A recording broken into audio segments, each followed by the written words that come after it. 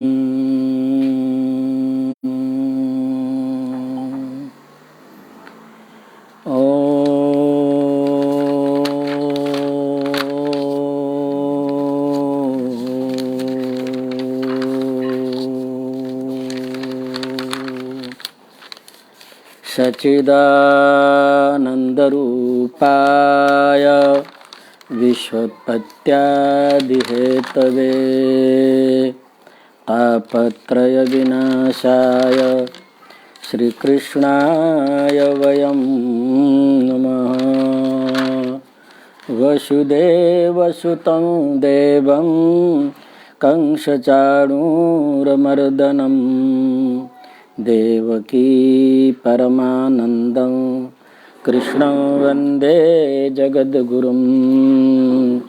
यस्यानुभावमखिल श्रुतिसारमेकम् अध्यात्मदीपमतितितीर्षतां तमोन्धम् संसारिणं करुणया पुराणगुह्यं तं व्यासशूनमुपयामि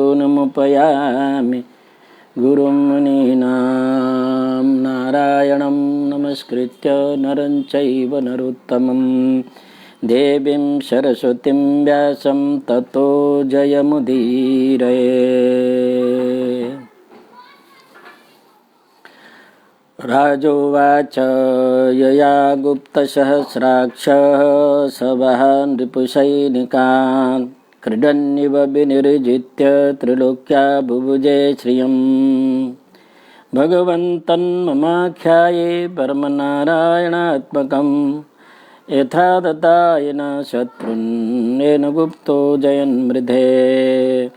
श्रीशुक उवाच वृत्तः पुरोहितः त्वाष्ट्रो महीन्द्रायानुपृच्छते नारायणाख्यं वर्माः तदिहैकमनः शृणु। विश्वरूप उवाच धौताङ्ग्रे पाणिराचम्य सपवित्र उदङ्मुखः कृतसाङ्गकरन्यासो मन्त्राभ्यं वागतः शुचि।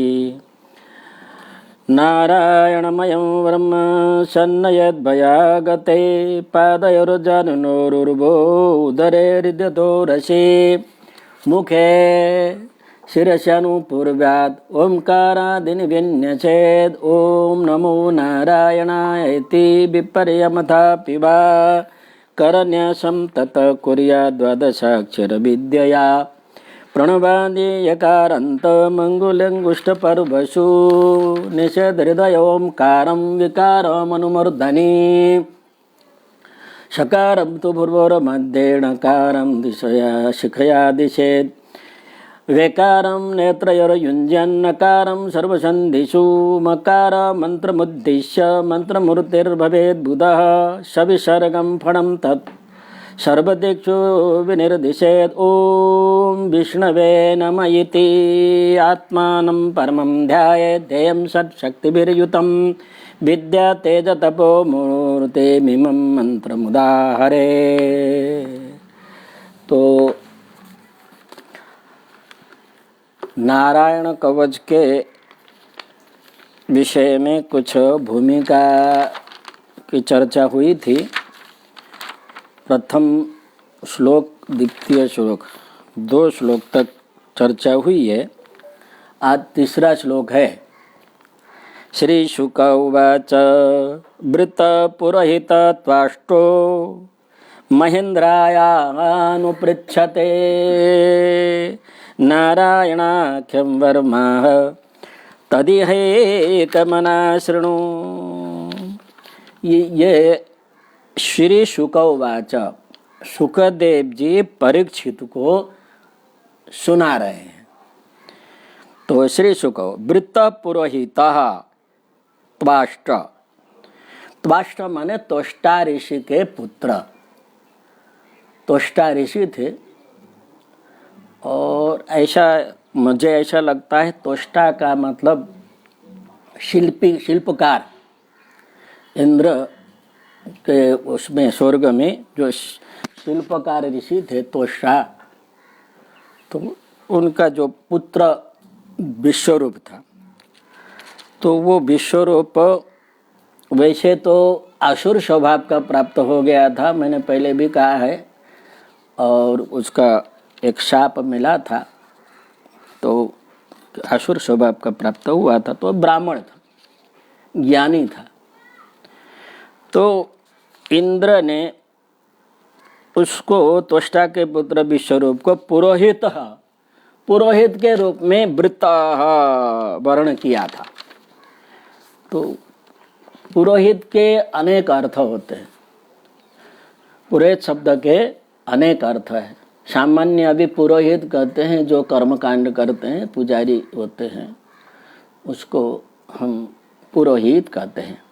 वेद में पुरोहित शब्द का प्रयोग आहुति दे करके यज्ञ को संपादन करने वाले ऋत्विक को पुरोहित कहा जाता है। ऋग्वेद का प्रथम मंत्र है, अग्निमीले पुरोहितं यज्ञस्य ऋत्विजं होतारं रत्नधातमं न्योचा जजिबरेखि।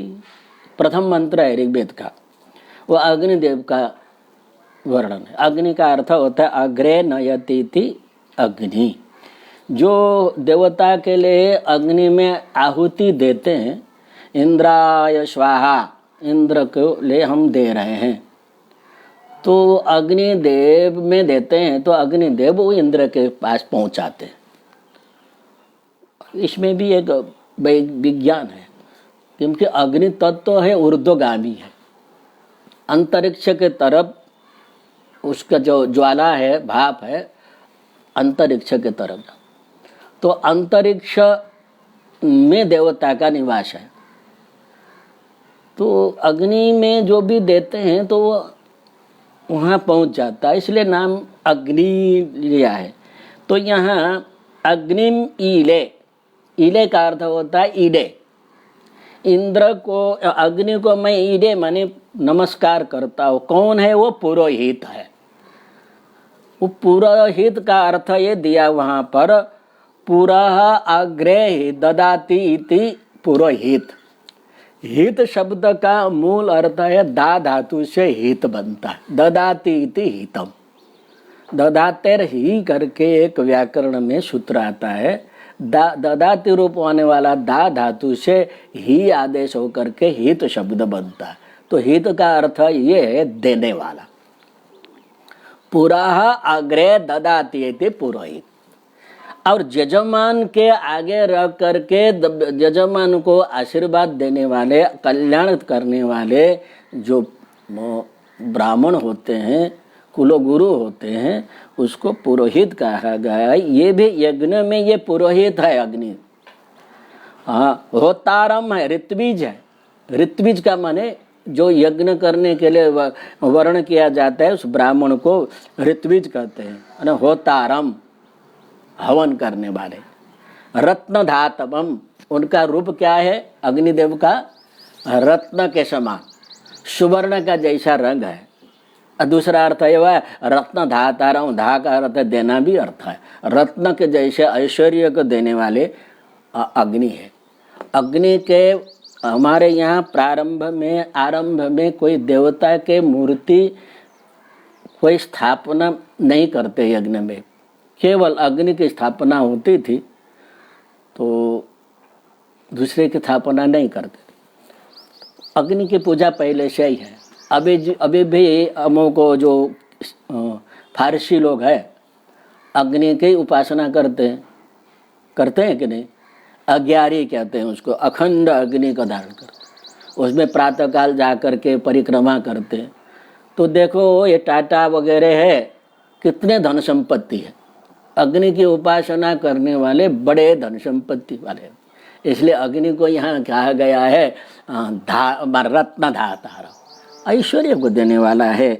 तो ये अग्नि को यहाँ पुरोहित शब्द इसलिए दिया गया है कि सब एक तो जिसको आगे देने वाला, हाँ, यज्ञ को पूर्ण करने वाले। अग्नि के बगैर यज्ञ संपादन नहीं हो सकता, तो वहाँ यज्ञ के संपादन करने वाले तत्वों को पुरोहित कहा गया है। वैसे ही यहाँ जब पुराण युग जब आया, तो पुराण युग में राजाओं के कुल में परंपरा से यज्ञ आदि कराने वाले जो कुलगुरु होते थे उनको पुरोहित कहा गया। तो यहाँ इंद्र में कुल पुरोहित स्वर्ग में थे बृहस्पति। बृहस्पति को अपमान किया इंद्र ने, तो वो चले गए, तो पराजित हो गए। कुलगुरु के अभाव में, मार्गदर्शन के अभाव में पराजित हो गए। और ब्रह्मा जी जब के पास जाके प्रार्थना की, और ब्रह्मा जी ने कहा त्वष्टा का पुत्र विश्वरूप है, वो ब्राह्मण का पुत्र है, उसको गुरु बनाओ। और ये भी है, जितने भी पुरोहित होते थे, कुलगुरु होते थे, वो ब्राह्मण ही होते, ब्राह्मण ही है। एक मंत्र आता है, हम ब्राह्मण के पक्षपाती नहीं है, पर जो यथार्थ है वो तो बोलना पड़ेगा ना। सर्वस्व माने अभ्यागतो गुरु कहा गया है, परंतु गुरुरग्नि द्विजाति नाम वर्णानम वा ब्राह्मणो गुरु। द्विजाति नाम, ब्राह्मण के गुरु है अग्नि है, वर्णानम ब्राह्मणो गुरु। वर्ण माने ब्राह्मण क्षत्रिय वैश्य है, सभी के गुरु पुरोहित तो ब्राह्मण ही होता है।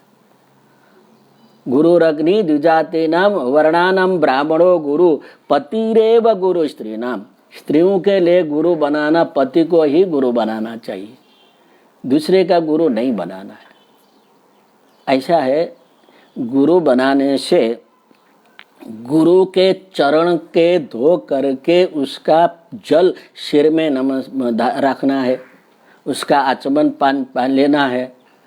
तो पतिव्रता स्त्री अगर दूसरे को गुरु बनाएगी, उसका चरण धो करके पानी सिर में लगाना पड़े, तो पातिव्रत्य जो धर्म है वो सुरक्षित नहीं रहेगा, मर्यादा भंग होता है।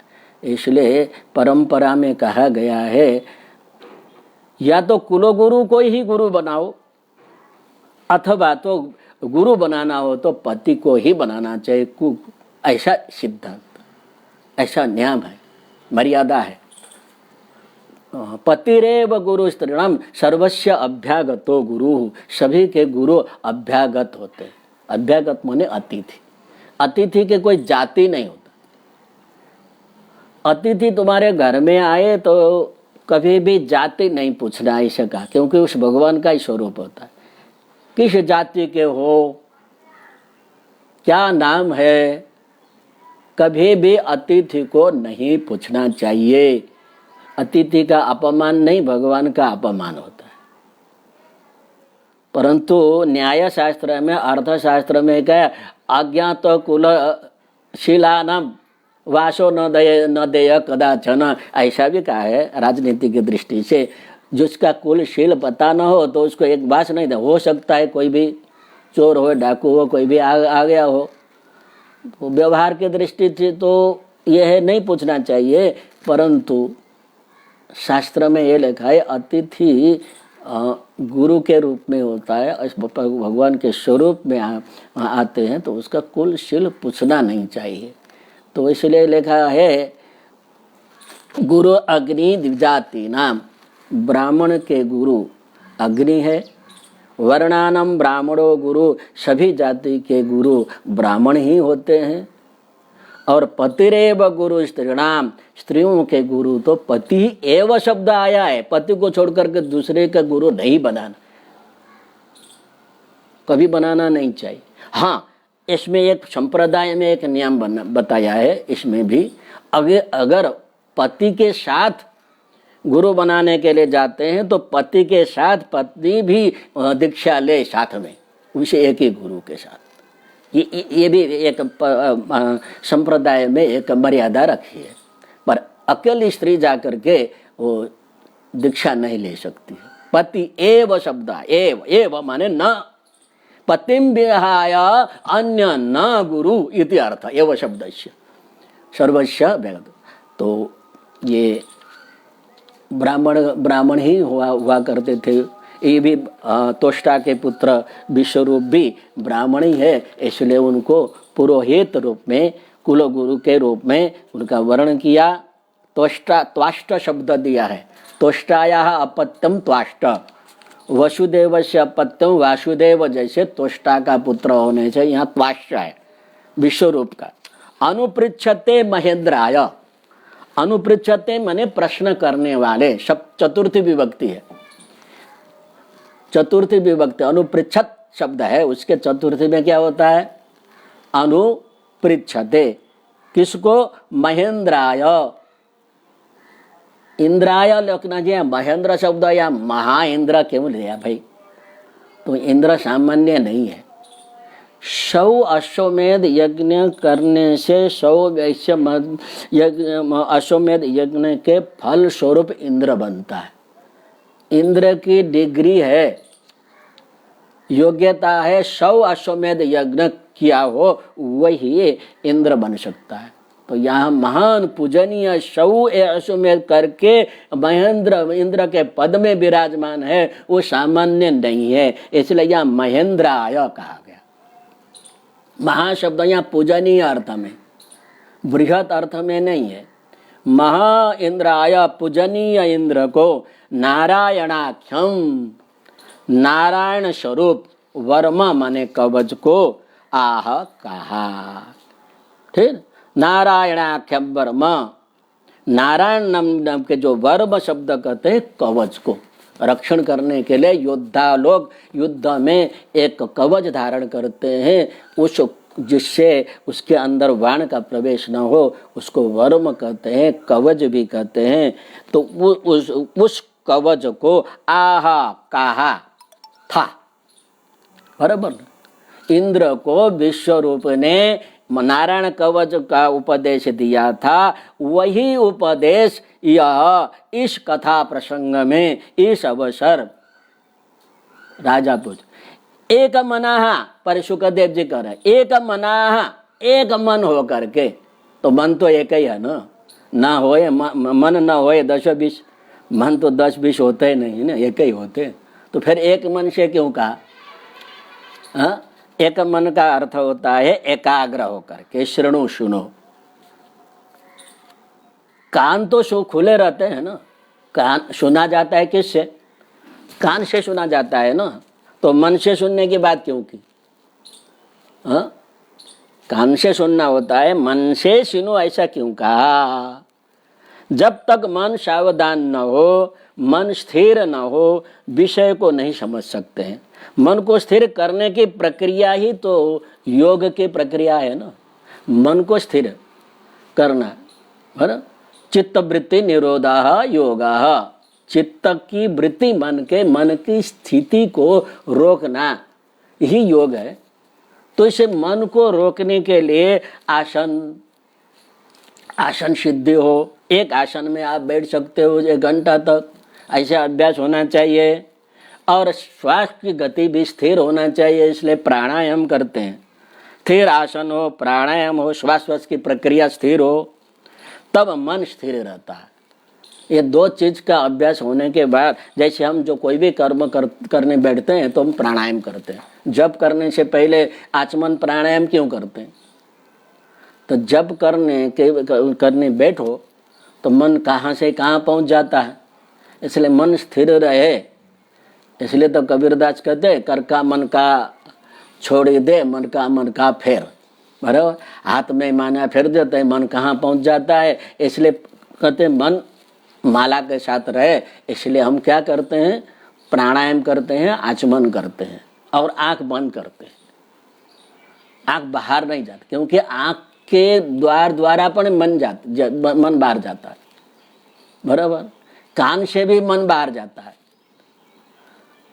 तो बाहर जाने के अनेक प्रक्रिया है, इसलिए प्राणायाम आदि करके, आसन आदि सिद्ध करके हम मन को स्थिर करना, एक मना, मन को एकाग्र करके एक स्थिर हो करके सुनोगे तो उसका फल मिलेगा। इसलिए एक मना श्रृणु शब्द आया है।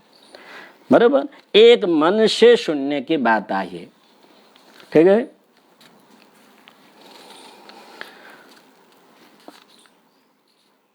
हाँ, तो जैसे हम नहीं सुनते हैं, वो कान में से सुनते हैं, अंदर ग्रहण नहीं करते हैं तो व्यर्थ हो जाता है। इसलिए कोई भी हो सावधान से सुनना चाहिए।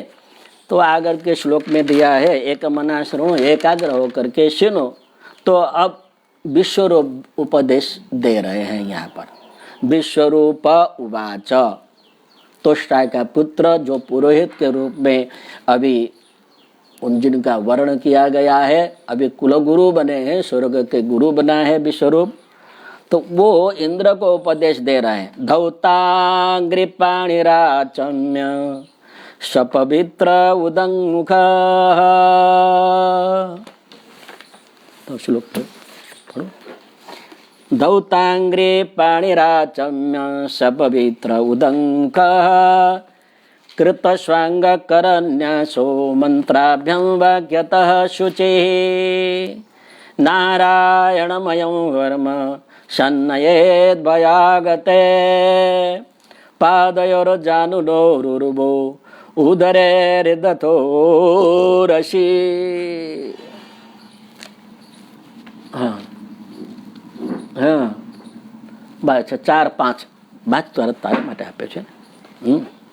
शारदाई बाँचू जो है, एक मन नहीं होगी, एक मन होना चाहिए।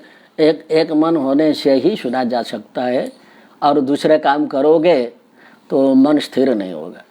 हाँ, तो खूब सावधान होकर के सुनो, क्योंकि यह समझने की बात है।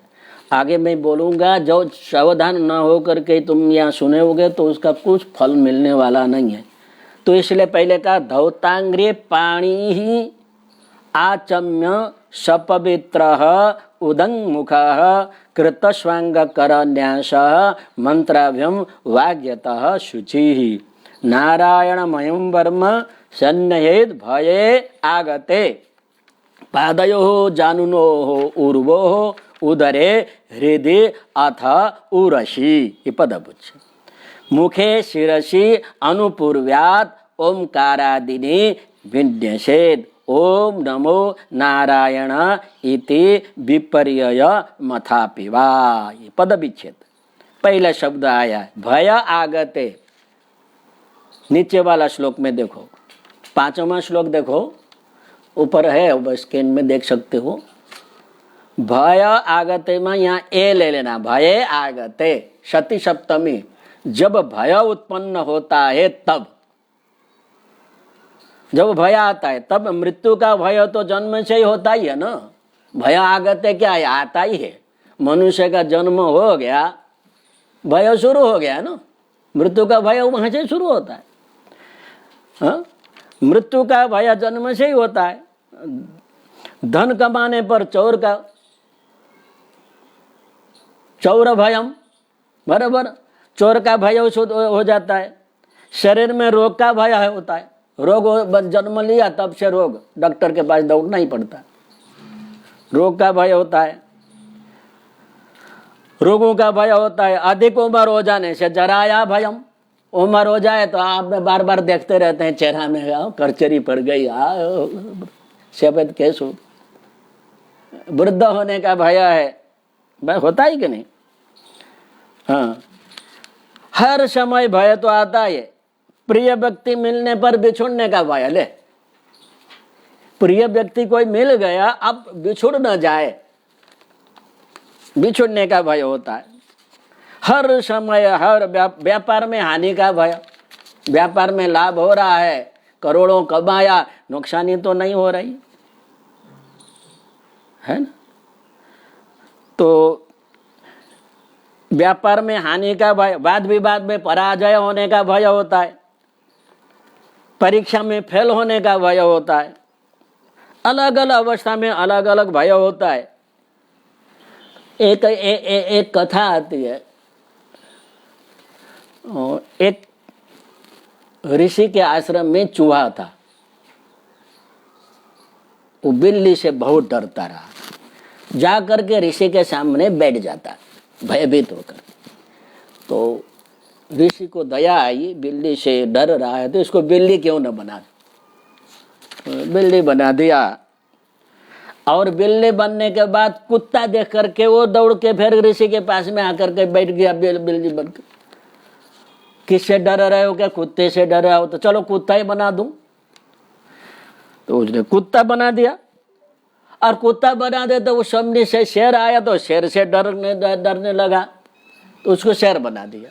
जब शेर बना दिया तो ऋषि को ही खाने के लिए तैयार हो गया। ऋषि ने कहा तरे जा पुनर्मुषिको भवा, फिर जाकर के तुम बराबर।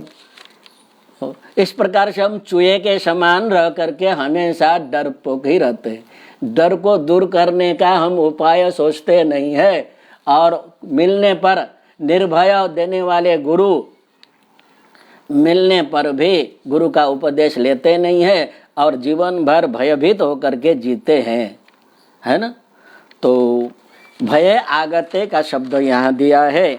जब भी भय आता ही है मनुष्य का, सदा भयभीत होता रहता है चारों तरफ से।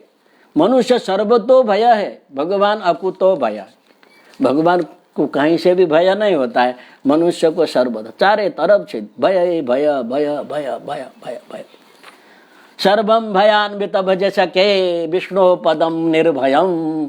संपूर्ण जीवन में भय है, विष्णु का पद ही निर्भय है। तो ऐसा निर्भय भय उत्पन्न होता है तब इस स्थिति में धौतांग्री पाणी ही, धौत अंग्री पाणी, धोया हुआ है। अंग्री माने चरण, अपने पग को धोया हो, पानी माने हाथ को धोया हो, तब आचम्य, आचमन करके, हाथ पग धो करके आचमन करके सपवित्र। यह सपवित्र का अर्थ पवित्र हो करके अर्थ यहां नहीं लेना है। हाथ में पवित्री बनाया जाता है, कुशा का, कुशा होता है, कुशा दर्भ।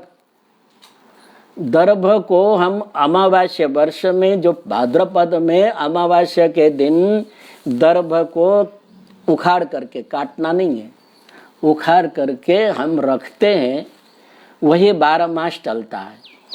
अगर भाद्रपद में कुशा नहीं तोड़ा गया तो प्रत्येक महीना में अमावस्या के दिन कुशा को तोड़ना चाहिए, परंतु तो अमावस्या के दिन तोड़ करके 1 मास तक ही तोड़ सकते हैं, वो तो बासी हो जाता है।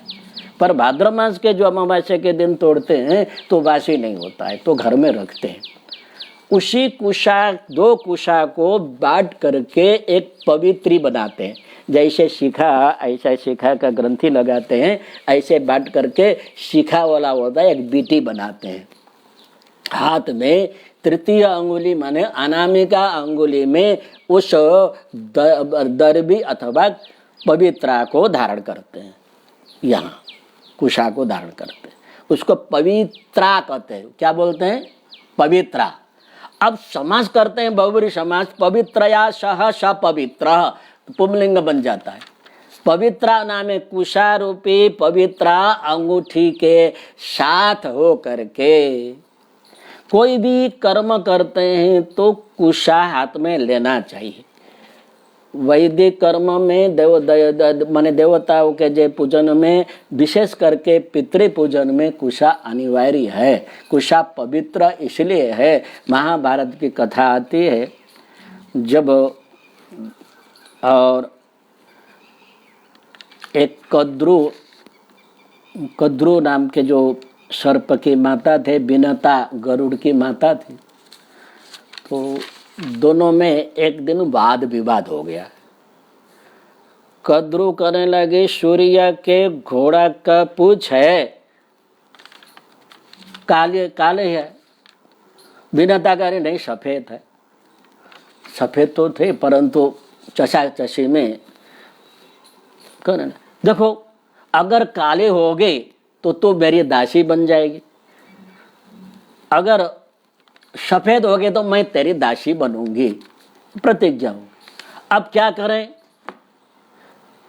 काली तो नहीं थी, अब दूसरे दिन सूर्य उदय होगा, घोड़ा का दर्शन होगा तो सफेद दिखाई पड़ेगी, तो कद्रु दासी बन जाएगी। इसलिए तक्ष अपने पुत्र को बुला के कहा, देख मैं दासी बन जाऊंगी, तू दासी पुत्र बन जाओगे, गरुड़ तुम्हारे माने तुमको नौकर बना करके सेवा करे लेगा, तो ऐसा करो घोड़ा के पूंछ को काला कर दो। सुबह जाकर के वहां घोड़ा के पूंछ को काला कर दिया, और सुबह सूर्य उदय हुआ, काला हो गया। प्रतिज्ञा के अनुसार बिनता माने गरुड़ की माता दासी बन गई। अब दासी बनने के बाद और कद्रु के जो पुत्र थे, काद्रवेय कहते हैं जिसको, सर्प को, गरुड़ के कहने लगे गरुड़ जी से, हमको सारा विश्व में घुमाओ, जैसे कहे वैसे करना पड़े दासी पुत्र। तो एक दिन सेवा से प्रसन्न हो गए सर्प। तो उसी समय देखो भाई, मैं तुम्हारी सेवा करता हूँ, दासपन से कैसे छुटकारा, ऐसा करो स्वर्ग में जा करके अमृत लेके आओ, अमृत पिलाओ, तुम दासपन से मुक्त हो जाओगे। तो स्वर्ग में चले गए। स्वर्ग में जाकर के इंद्र से कहा अमृत दे दो, नहीं माने। युद्ध हुआ, युद्ध में पराजित हो गए इंद्र, और इंद्र ने कहा पराजित हुआ पर ले जाओ, यह मर्यादा भंग है, और तो भी ऐसा करो लेते जाओ, पर सर्प को अगर अमृत पिलाओगे तो विष जाती है, ये भयंकर संसार में सारा प्राणियों को खत्म कर देंगे, तो उसको पिलाना नहीं है। ऐसा करो, ले जा करके तुम कुशा के, जो कुशा होता है ना, कुशा दर्भ के, उसके बीच में जा करके रख देना और बताना यहाँ में रखा है, और तुम स्नान करके आओ, फिर अमृत पिलाएंगे। तो कुशा के अंदर रख करके रख दिया, और स्नान करने के लिए सर्प खुश होकर के चले गए। उसी समय आशीर्वाद दे दिया, चलो तुमने अमृत लेके आए, तुम दासपन से मुक्त हो गए। जब स्नान करके आते हैं, कुशा के अंदर देखते हैं तो घड़ा नहीं है, तो चलो अमृत, कुशा के अंदर अमृत का कोई तो स्पर्श हो गया होगा, तो चाटने लगे कुशा को। तो चाटते चाटते सर्प के जीभ कट गई। अभी भी सर्प के 2 जीवा है, देखते हो तो अभी हम मुंह खोलते हैं तो सर्प में कटे। तो कहने का तात्पर्य यहाँ ये था, कुशा पवित्र इसीलिए है, वो अमृत का उसमें स्पर्श हो गया था कुछ, तो कुशा इसलिए पवित्र है। तो दर्भ इसलिए पवित्र हो करके, यहाँ पवित्रा बना करके अंगूठी में धारण करके, ऐसा अर्थ है सपवित्र का अर्थ। दूसरे एक वैष्णव सिद्धांत में पुष्टि मार्ग में एक पवित्रा बनाई जाती है, सूत की पवित्रा। 64 डोरी होती है, 64 धागा, उसका एक माला जैसे बनाते हैं। तो 64 धागा के माला बना करके उसको 24 भाग करते हैं। 24 भाग है, 24 गांठ लगाते हैं। इसका मतलब है कि एक वर्ष में 24 एकादशी होती है ना, 24 एकादशी, महीना में 2 एकादशी, कृष्ण एकादशी, शुक्ल एकादशी मिलकर के 24 वो एकादशी का एक प्रतीक है वो गांठ। तो वो बना करके केसर के पानी में, केसरिया पानी में 2-3 घंटा रखते हैं, तो जब निकालते हैं तो केसरिया रंग वाला बनता है। वो पवित्र भगवान को धारण करते हैं, तो किसी जो भक्त है, पवित्र है, उनको प्रसाद के रूप में देते हैं, उसको भी पवित्रा कहते हैं। तो यहाँ सपवित्र का अर्थ, यहाँ दरभर से बनाए हुआ जो अंगूठी है वो यहाँ लेना है।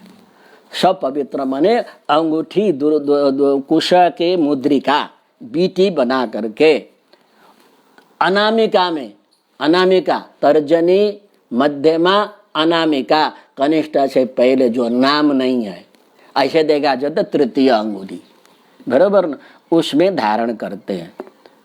उदंग मुखा, उदंग का अर्थ होता है उत्तर, मुख करके, उत्तर दिशा के तरफ मुख करना।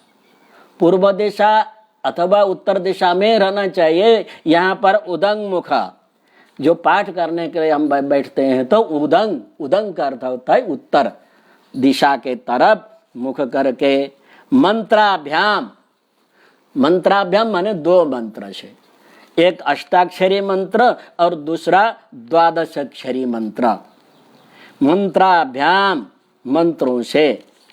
वाग्यतः, कृत स्वांग करन्यास, हाँ कृत स्वांग करन्यास, कृत माने कर लिया हो, स्व माने पोता अपने, अंग का और कर का न्यास, अर्थात अंगों का न्यास करों का न्यास करके वाग्यतः, श्लोक देख लो, वाग्यतः शब्द लिखा है, वाक यानी वाणी का संयम करके, बोले बेगर, मौन हो करके,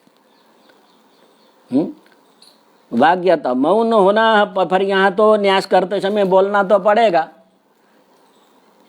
पर फालतू बात नहीं करने का, जो बोलना है न्यास करते समय वो बोलना, उसके बाद बाहरी कोई भी बात नहीं करना। ऐसे जप करते समय, पाठ करते समय प्राय वृद्ध स्त्रियां घर में होती है तो जब करते करते देखो बहू क्या होगा, कोई आ रहे देख लो, चूल्हा में क्या बैठा है वो, अरे भाई जब करने बैठो दुनिया भूल ही जाओ ना, अथा पूरा करके हवे माला में लेके बैठो, तो माला लेने के बाद दुनिया भर के याद आ जाती है। माला लेने के बाद दुनिया भर को भूलना चाहिए, पर ऐसा होता नहीं है, इसलिए यह वाग्यता शब्द की, वाणी का संयम करो। और शुचि शब्द दिया है, वाग्यतः शुचि, शुचि माने पवित्र, दो प्रकार का पवित्र, शरीर का भी पवित्र होना चाहिए, साधन है शरीर, पर उससे भी ज्यादा पवित्र है अंतकरण, मन का पवित्र, मन पवित्र होना चाहिए। मन मैला तो तन को धोए, मन मैला हो शरीर को धो तो कोई अर्थ नहीं है, परंतु शरीर को भी पवित्र होना चाहिए, क्योंकि हम अपवित्र जगह में जाते हैं तो अपवित्र जगह में से जो कीटाणु है, विषाणु है शरीर में लगे होते हैं, तो भगवान का नाम जपने बैठते हैं तो कीटाणु का प्रभाव अपने ऊपर पड़ता है, इसलिए स्नान करते हैं। आप स्नान करके बाहर रहे तो केवो स्वस्थ होता है, मन केवो चंगा रहता है ना, रहता है कि नहीं। तो वैसा ही यहाँ शुचि शब्द का अर्थ दो अर्थ लेना है, मन की शुद्धता और शरीर की शुद्धता, दोनों अनिवार्य है। मन की भी शुद्धता अनिवार्य है, पवित्र होकर के नारायणमयम ब्रह्म, नारायणमयम का अर्थ होता है नारायण स्वरूप, भगवान नारायण स्वरूप ही है, ऐसा वर्म माने नारायण कवच को सन्नहेत लिखना हो तो सन्नहेत शब्द को लिख लो, बहुत सुंदर अर्थ है। शन अने अणह धातु है, अणह बंधने, अणह बंधने। तुम यहाँ एक क्या बोलते, बंडी, बंडी होता है ना, बंडी को बराबर बांधना चाहिए, तो डोरी को बराबर आगे पीछे हो जाए तो नीचे एक ऊपर दिखाई पड़ेगा, नीचे के छेड़ा एक बराबर बांधना चाहिए।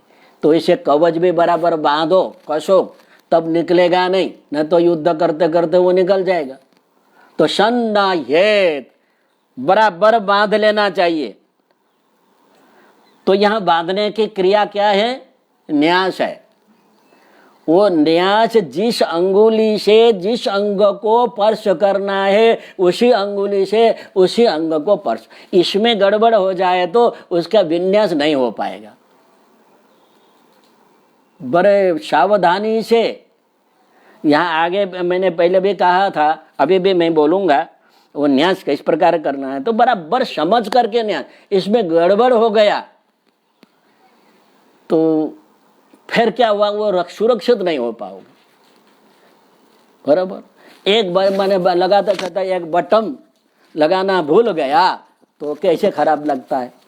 तो ऐसे बराबर समझ करके न्यास, एक एक अक्षरों का प्रेम से उस भगवान के स्वरूप को समझ करके एक एक अक्षर ज्ञान। એટલે यहाँ सन्नहेत शब्द दिया है, सन बने बराबर समझ करके णहेत बांधना चाहिए, न्यास करना चाहिए कवच को।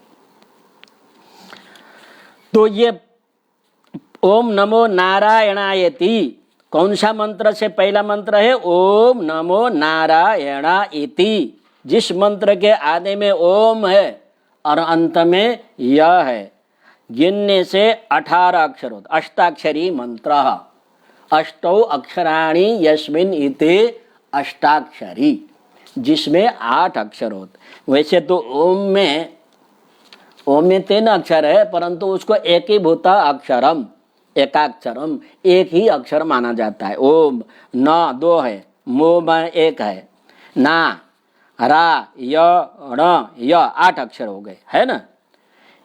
ऐसे अष्टाक्षरी क्रम को पादयो हो, पाद ओम शब्द पहले है तो ओम ओम नमः, ओम ओम नमः पादयो हो, पहला अक्षर ओम ओम करके पग में, दूसरा अक्षर कौन है, न, उसको ओम साथे संपुटे करना, फिर उसमें भी ओम नम नमः, नम ऐसा बीज मंत्र का उच्चारण करते समय द्वितीय विभक्ति हम लेते हैं।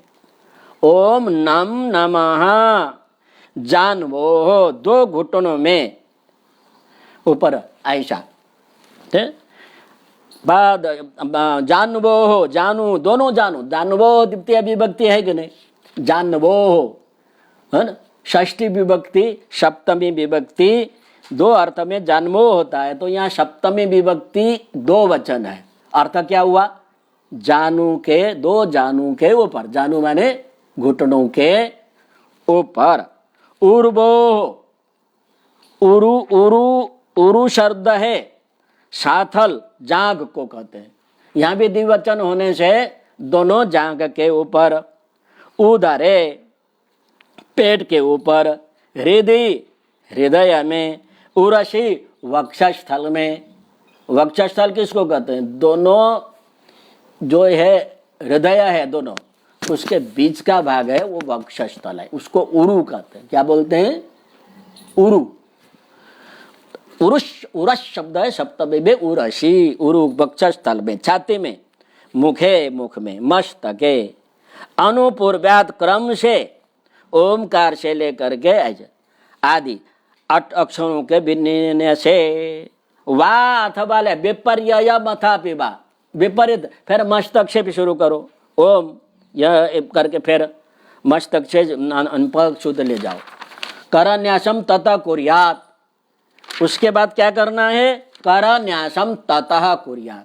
इस प्रकार के ओम नमो नारायणा से अंगन्यास करके करन्यासम, ततः माने हृदय आदि जो अंगन्यास करके करन्यासम कुर्यात, हाथों का अन्यास करना, हाथों में के 12 विद्या, 12 मंत्र से, यह विद्या शब्द मंत्र के रूप में दिया है। पहले प्रणवादि है, आदि में प्रणव है, प्रणव माने ओम, ओम को प्रणव कहा गया है योग शास्त्र में। प्रणवो तस्य वाचकः, ऐसा सूत्र दिया है योग शास्त्र में। प्रणव माने प्रकर्षण नूयते स्तूयते श्री हरि ही परमात्मा योगेश्वरः भगवान इति प्रणवा। जिस मंत्र जो अक्षर से परमात्मा की स्तुति की जाती है उसको प्रणव। ओम मात्र से परमात्मा की स्तुति हो जाती है, मात्र कोई भी न बोलो, ओम ओम ओम ओम बोलो।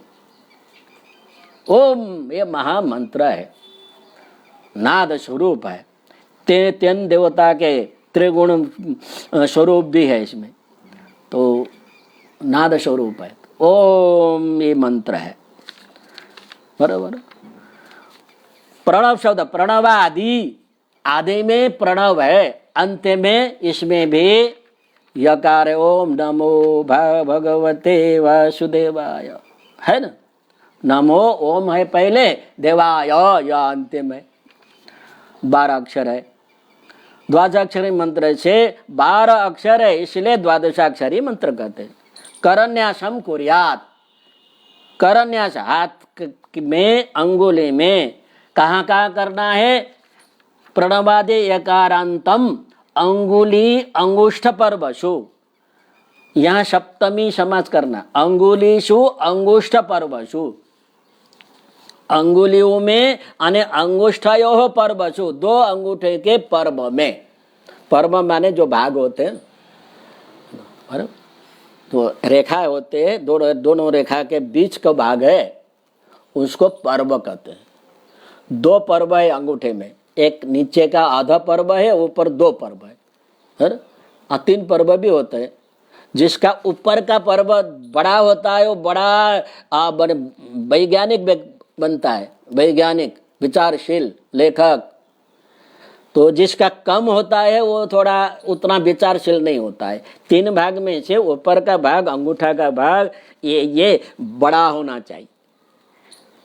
बराबर 3 पर्व है तो सामान्य 2 पर्व होते हैं। पर्व माने भाग, जो रेखाएं होते हैं, रेखा का बीच का भाग है उसको पर्व कहते हैं। तो अंगुली में 8 अंगुली है और 2 अंगुष्ठ है। इस प्रकार से 12 अक्षरों से यहाँ करन्यास करना। प्रणवादि यकारांतम, ओमकार से प्रणव को कहते हैं, ओमकार से लेकर के यकार पर्यंत 12 अक्षर हैं। उन अक्षरों से करनाशम कुर्याद, करना। ओम से यकार तक 12 अक्षर, एक एक अक्षरों को ओम का संपुटी करना है। तो क्या करना है, ओम एक अक्षर है उसका भी संपुट करना। ओम ओम नामा, क्या करना है, ओम ओम नमः तर्जन्याम, तर्जनी है ना, पहले यहां से शुरू करना है। ओम ओम नमः तर्जन्याम, फिर ओम, पछी ओम के बाद ओम नमो भगवते, नम नमः मध्यमायाम, मम नमः अनामिकायाम। तो इस प्रकार से, ठीक है, नम नमः दक्षिण मध्यमायाम, दक्षिण से लेना है। मम नमः दक्षिण अनामिकायाम, भम नमः दक्षिण कनिष्ठकायाम। फिर आ गया यहाँ कनिष्ठिका में गम नमः वामनष्टिका, बम नमः भगव आया ना, वम नमः वाम अनामिकायाम, तेम नमः वाम मध्यमायाम, वाम नमः वाम तर्जन्यम। फिर चलो पूरा हो गया 8 अंगूठे। फिर अंगूठे दक्षिण तरह, शुम बाकी रे वासुदेवाय सुदेवाय, इतने बाकी है। सोम नमः दक्षिण अंगुष्ठ ऊर्ध्व पर्वणि, ऊपर के पर्व में। देम नमः दक्षिण अंगुष्ठ अध पर्वणि, वाम नमः फिर अंगुष्ठ बायां, वाम नमः वाम अंगुष्ठ ऊर्ध्व पर्वणि, यम नमः वाम अध पर्वणि। इस प्रकार से स्पर्श करना है। तो ये कर न्यास है। अब क्या हुआ, निषेध हृदय ओमकार, अब न्यास करना चाहिए, क्या कर लिया। फिर दूसरा एक षडाक्षरी मंत्र है, निषेध हृदय ओमकारम विकारम अनुमूर्धनि, शकारम तो भ्रूर्मध्ये णकारम शिखयादिशे। अब ओम नमो भगो विष्णवे नमः, ये षडाक्षरी मंत्र का भी करना है। तो षडाक्षरी मंत्र में 6 अक्षर है। अब ये षडाक्षरी मंत्र में जो श और ण है हलंत, उसको अलग गिनना है, तब 6 अक्षर होते हैं, है ना। ओम एक अक्षर है, हाँ, वी 2 अक्षर है, श में 3, अण में 4, विष्णु वे में 4 5। ओम नमः विष्णवे 1 2 3 4 5। हाँ, इस प्रकार से विष्णवे नमः, ओम को नहीं लिया यहाँ पर। हाँ, नमः या न और म को 6 अक्षर हुए, 3 4 5 6। इस प्रकार से देखो, ओमकार हृदय, ओमकारम हृदय, ओमकारम निषेध हृदय ओमकारम, ओमकार से हृदय में न्यास करना। ओम ओम करके हृदय, हृदय का स्पर्श करना। विकारम अनुमूर्धनि, विकारम अनुमूर्धनि, अनु माने पीछे, मूर्धा माने शिखा का जो खाड़ा भाग है, मूर्धा स्थान है, अनु का अर्थ पीछे होता है। तो शिखा से कुछ पीछे भाग में ऐसा अर्थ कर सकते हैं। अनुमूर्धनि माने शिखा के कुछ पीछे भाग में स्पर्श करना है। अनुमूर्धनि, मूर्धा के, मूर्धा माने मूर्धा स्थान जो शिखा के अंदर है उसको मूर्धा कहते हैं। अनु माने पीछे, तो माने शिखा के पीछे भाग का स्पर्श करना है। वेम नमः मूर्धनि, ऐसा। शम नमः भ्रुवोर मध्य, भ्रुकुट के बीच में, दोनों जो ऊपर के जो है रेखा है, भ्रू रेखा, उसके बीच में भ्रुकुटी कहते हैं उसके। अड़म शब्द शिखायाम, वो शिखा का स्पर्श का, अड़म विष्णवे नमः। वे शब्द वेकारम, नेत्रयोर युज्यात, वेम नमः करके दोनों आंख, नेत्रयो हो दोनों नेत्र में ने, नकारम सर्व संधिषु, संपूर्ण संधि न ओम नम नमः करके विष्णवे नमः है तो न शब्द से सर्व संधि में न्यास करना, तो मह आया। तो दूसरा श्लोक देखो, सविसर्गम मकारांतम फड़ंतम तत्, फड़ंतम तत्, विसर्ग सहित मकार को फट करके विसर्ग सहित मकार का उच्चारण करना है। कैसे?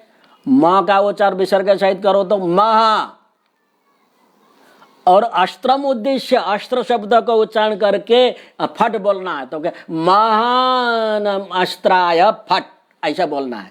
महा अस्त्राय फट करके सर्वदिक्षु सभी दिशा में विन्यसेत, सभी दिशा में न्यास करना है। कैसे?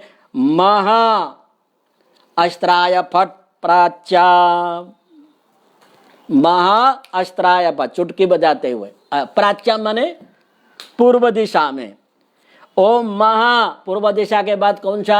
आग्नेया, पूर्व दिशा और दक्षिण दिशा के बीच की दिशा को अंतर दिशा बोलते हैं, उसको आग्नेय दिशा है। आग्नेया महा नमः दक्षिण श्याम, ओम तो बोलना है, ओम महा नमः दक्षिण श्याम, दक्षिण के बाद में नैऋत्य आता है। ओम महा नमः नैऋत्य, नैऋत्य। ओम महा नमः प्रतीच्याम, पश्चिम दिशा के तरफ। ओम महा नमः वायव्य, पश्चिम और उत्तर के विदिशा का नाम है वायव्य। वायव्य। उदिच्याम उत्तर दिशा, महा नमः उदिच्याम, और उदिच्या माने उत्तर दिशा और पूर्व दिशा के बीच में ऐशान्याम, महा नमः आश्राय फट ऐशान्याम, महा नमः आश्राय फट ऊर्ध्व दिशायाम, महा नमः आश्राय फट आधा दिशायाम। ठीक है, समझ में आया?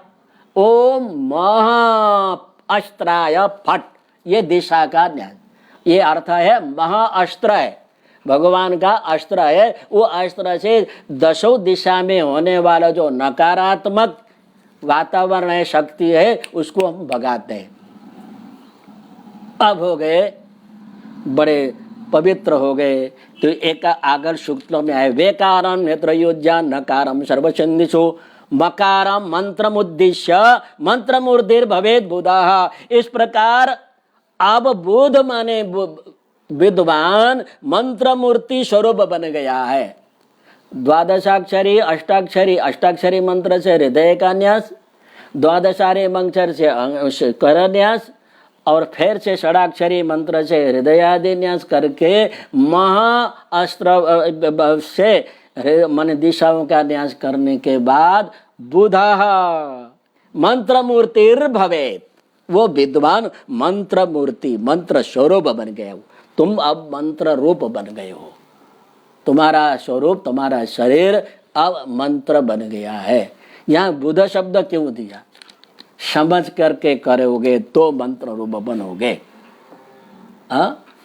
समझा वगैरह करोगे तो माने तो मंत्र रूप बनाओगे नहीं, इसलिए यहाँ बुध शब्द दिया है। बुध अवगमने, समझ के करने वाला को बुध कहते हैं। वैसे तो बुध का अर्थ अब अलग अलग है, बुध ग्रह भी है, यहाँ बुध ग्रह नहीं लेना है। हाँ, तो यहाँ लेना क्या है? समझदार, जो समझ करके करने वाला हो न्यास करते तो मंत्र मूर्ति ही मंत्र के स्वरूप वाला बन जाता है। और उसके बाद ओम विष्णवे नमः, विष्णु अक्षरी मंत्र से अंग न्यास कर लिया, ओमकार ओम करके और महा करके पूरा अंग न्यास कर लिया है। ओम विष्णवे नमः इति, ओम विष्णवे नमः षडाक्षरी मंत्र के न्यास करने से बुधाः मंत्र रूपी भवेत, मंत्र स्वरूप होता है। अब आगे का श्लोक है 11वां। आत्मानं परमं ध्याये ध्येयं षट् शक्तिभिर्युतं विद्या तेज तपो मूर्ति मिमं मंत्रमुदाहरे। ध्येयम ध्यान करने योग्य, यहाँ शब्द आया ध्येयम, ध्यान करने योग्य, षड शक्ति भी युतम, 6 शक्तियों से युक्त आत्मानं परमम, परमात्मा परमेश्वर को ध्याये, ध्यान करना चाहिए। 6 शक्ति कौन कौन है? लिखना हो तो लिखो, समझते हो तो समझो। ऐश्वर्य, वीर्य, यश, श्री, ज्ञान, वैराग्य। देखा? ऐश्वर्य, वीर्य, यश, श्री, ज्ञान, वैराग्य, ये 6 शक्ति परमात्मा के पास है। ऐसे 6 शक्ति से युक्त परमात्मा को ध्यान करना चाहिए। ध्यान करने का मतलब क्या है? ध्येय चिंतायाम अर्थ है। ध्येय चिंतायाम अर्थ चिंता, चिंता माने चिंता अर्थ नहीं, चिंतन मनन अर्थ में। हृदय में परमात्मा के 6 शक्ति युक्त परमात्मा को विराजमान करके उसको चिंतन करते रहना, दर्शन करते रहना हृदय में बैठा। तुम जप भी करो, पाठ भी करो, परंतु हृदय में विराजमान जो 6 शक्ति युक्त परमात्मा है उनका दर्शन करते रहना, उसका ध्यान करते रहना। वहां से मन आगे नहीं जाना चाहिए। अपने त्राटक विद्या कहते हैं, त्राटक विद्या यही तो है ना। त्राटक विद्या कोई दूसरी चमत्कार विद्या नहीं है। इसी प्रकार से करोगे तो वो चमत्कार हो जाएगा ना, वो मंत्र सिद्ध हो जाएगा। पर मन तुम्हारे दृष्टि, जो अंतर्दृष्टि तुम्हारा वो परमात्मा से अलग नहीं होना चाहिए। डगाए न मन सती मन जैसे। सती का मन कितने भी चापलूसी बातों से, प्रेम के बातों से भी मन डगमगाता नहीं है, वैसा ही किसी भी विषय से मन नहीं डगमाता हो, परमात्मा में लगा रहता हो भक्त का, तो ये तब फल मिलता है। ठीक है ना? तो उसका ध्यायत शब्द का अर्थ है चिंतन करना। और यो मंत्र क्या है? विद्या तेज तपो मूर्तिम इमम। ये मूर्ति विद्या रूप है, तेज रूप है, तप रूप है। जो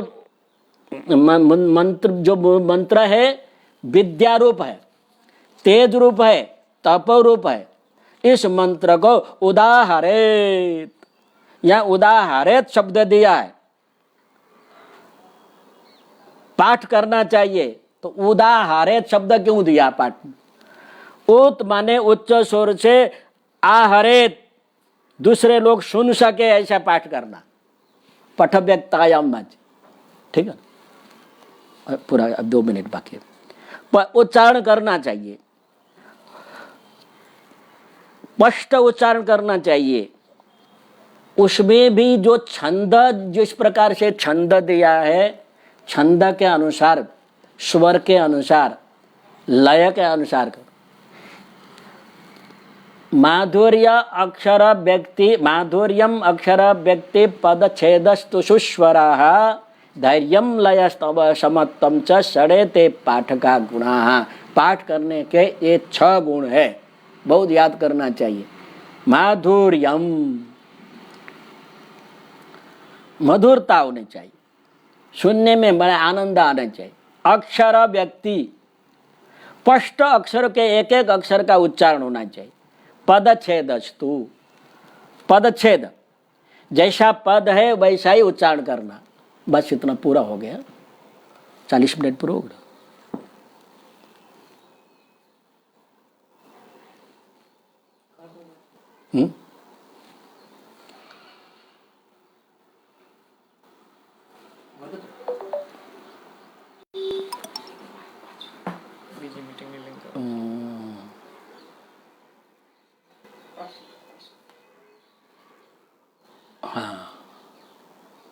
प्रश्न कर ले जो। हाँ पता है। ठीक है, वो भले चालू रखे। चलो याद आए तो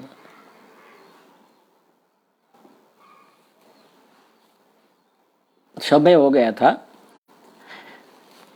तो ऐसा करते हैं, समय पूरा हो गया है तो आगे कैसे पाठ करना चाहिए वो पाठ करने का विधान हम बता देते हैं। आज इतने में पूर्ण करते हैं। ओम पूर्णमदः पूर्णमिदं पूर्णात् पूर्णमुदच्यते पूर्णस्य पूर्णमादाय पूर्णमेवावशिष्यते।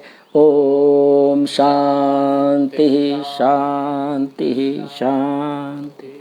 हरि ओम।